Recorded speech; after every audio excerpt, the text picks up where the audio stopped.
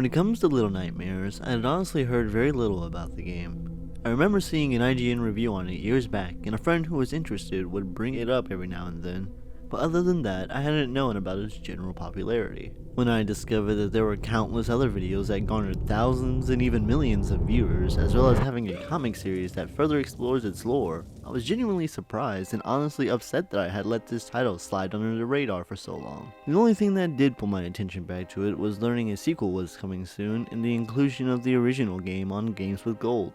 The thing I want to say first about Little Nightmares is that I think even with how popular it seemingly is, it certainly is not a game for everyone. I don't mean that in a sort of gatekeepy way, but instead just the kind of game that it actually is. It's a 2.5D horror puzzler that has absolutely no dialogue whatsoever.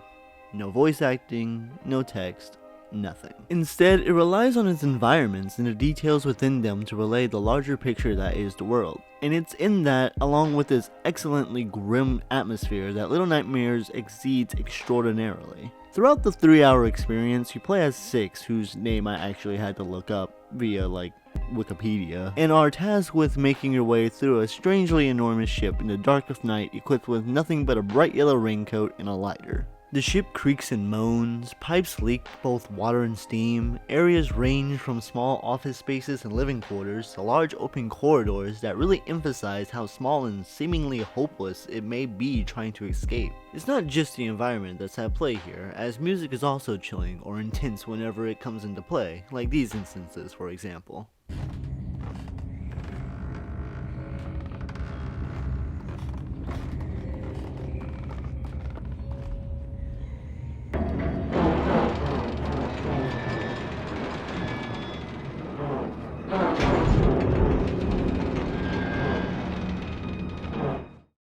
Atmosphere is incredibly important to the horror genre, and Little Nightmares manages to do so rather well even in its minimalistic approach. It's not too unlike Playdead's Limbo in that way. Let's move on to gameplay. The gameplay is mostly centered around solving room-based puzzles, meaning you go from room to room figuring out what it is you need to do in order to progress to the next. This is usually done by grabbing, climbing, pushing, and pulling various objects to escape.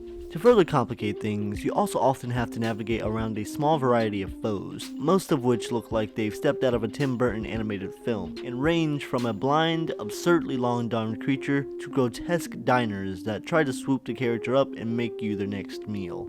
It's very simplistic in its nature, with even the puzzles not being all that difficult, but it's still very fun. The game is at its strongest in sections that task the player with both navigating around the literal big bads and solving puzzles, that then creates a sense of urgency that really complements the gameplay. Where Little Nightmares is most frustrating is in its controls. Very frequently I found the controls having a mind of their own or just not working as intended. Whether it was not grabbing onto an object, 6 moving in a direction she wasn't instructed to move in, or a necessary part of a puzzle not registering despite doing what I had to. One particular moment I recall was a room with a meat grinder. In order to refill the grinder, you had to take a dumbwaiter to the floor above. When I tried to grab onto the dumbwaiter, however, it didn't register that I attempted to grab it.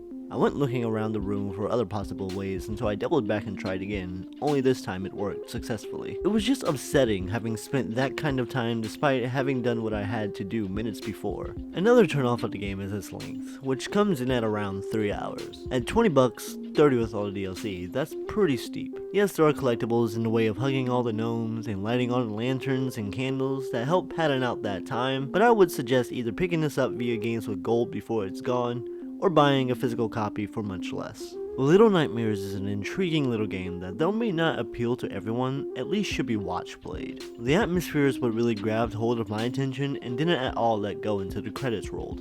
Navigating around the ship's hazards and puzzles added on to the experience further, even if the inaccurate controls hampered that from time to time. But overall, it is a good, if brief, game that certainly deserves the attention of those who are also unaware of its success. This has been Waxo, and until next time, take it easy.